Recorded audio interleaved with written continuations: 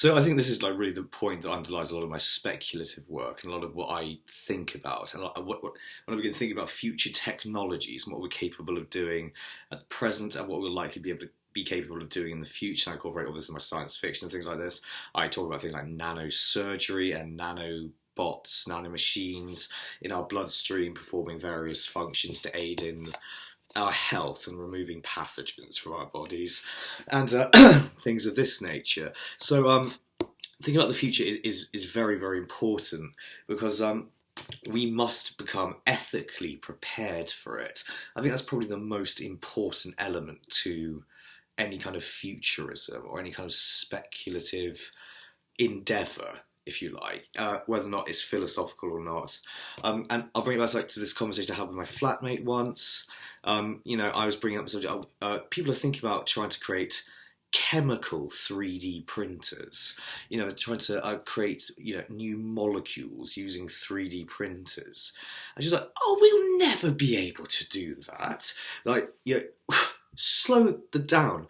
But do you think, like, whether or not we ever do it, do you not accept, but it's nonetheless vital that we know that there are people out there thinking about doing it and actually trying to do that?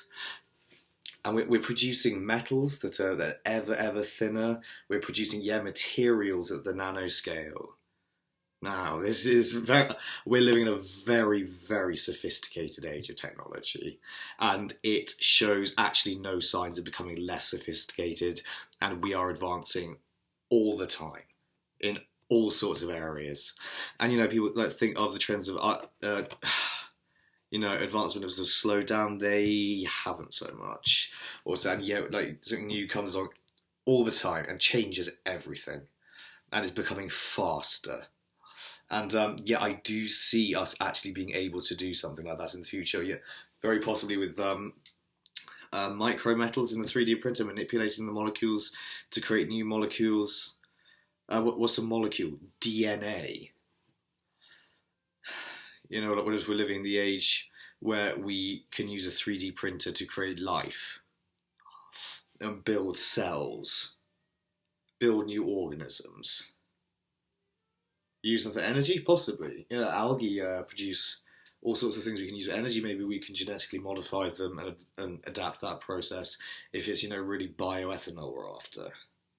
Then we can, create some sort of species of super algae that converts sugar into, in essence, petroleum very, very quickly.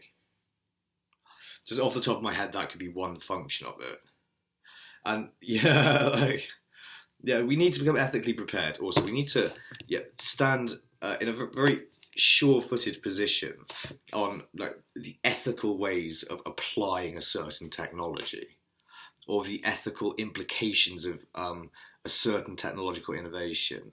And I'll say two things I think about this.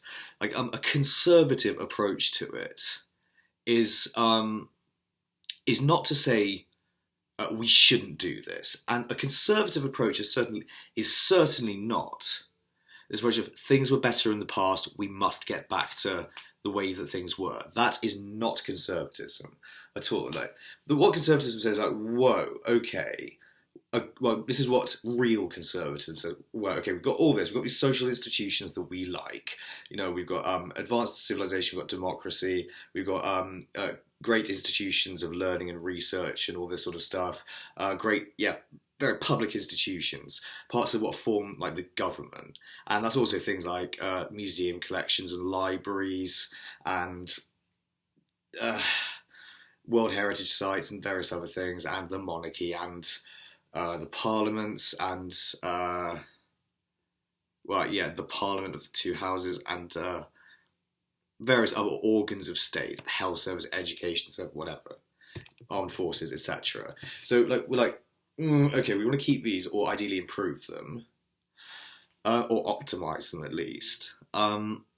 We don't want any of your innovations to ruin things or lead to disaster or anything like this. And I equate conservatism with a small c, because I'm not a big C conservative really, I don't think. I have joined the Conservative Party for various other reasons, but not necessarily to vote for them or to stand for them or anything like that. But yeah, conservatism with a small c, which I acknowledge is a politically legitimate approach, and a very, very useful one also, is to err on the side of caution and to ask lots of very probing questions and well-informed and sophisticated questions in moral terms and ethical terms about the ramifications of a certain technological innovation or of how it ought to be applied ethically and whether or not given legislation must be drafted for its use and what that legislation, if any, it ought to be, what it ought to amount to, if you know what I mean. So, like obviously after we introduced the internet, social media, we had all these new data protection pieces of legislation emerge, and like, and it also had huge copyright implications, and I don't know what sort of backlog there is with all that stuff in the legal system. It's just like some like warehouse full of court documents or court submissions. You try to get any of that enforced? Oh bloody hell! Yeah, like rob us for all the money we have. But yeah, like it's absolutely vital to be talking about it because like this shit that I see chemical 3D printing being very likely to be possible. I'll go out there and I'll say I don't know how to do it, but I mean I've just been talking about sort of using, in essence, stars or creating new stars in space that like go into supernova in a few days or something. In space as factories for different chemical elements that we happen to want more of.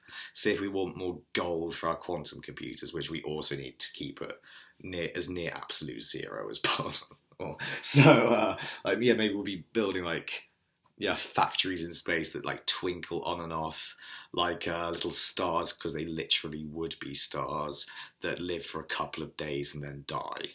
If the same thing can be done with black holes. So like we might also benefit from having particle accelerators and nuclear fusion and nuclear research in a more general sense in space. So I would need to contact who for funding? One of my favourite organisations ever, CERN. So like ideal people to talk to about funding after having slagged off ITER for my space programmes would in fact be the European Centre for Nuclear Research, called CERN, because they use the French, which is Centre Européen Recherche Nucléaire, CERN, as their acronym. So they're known as CERN, as opposed to European Centre for Nuclear Research, ECFNR. Because that'd be crap. And CERN sounds cool. And they have a huge machine, the world's largest machine, a huge tube under Switzerland that looks like alien technology, frankly. I'd love to see the LHC. Can someone please get me into contact with CERN? Can I go to CERN, please? Please go to CERN and see the LHC. I've been talking about physics online for a long time. And like I've at least produced physics and cosmology, and like people have liked it on the internet. I don't know. Please go to CERN. I'd love to see the machine. Thank you everyone for watching. Bye bye. It's been lovely talking to you as always. And yes, when you come up with like these naysaying types, it'll never happen. It's like, yeah, because you want to destroy the planet before it does, or has a chance to. And you're talking in retrograde, and you want to move backwards. People like you are a problem.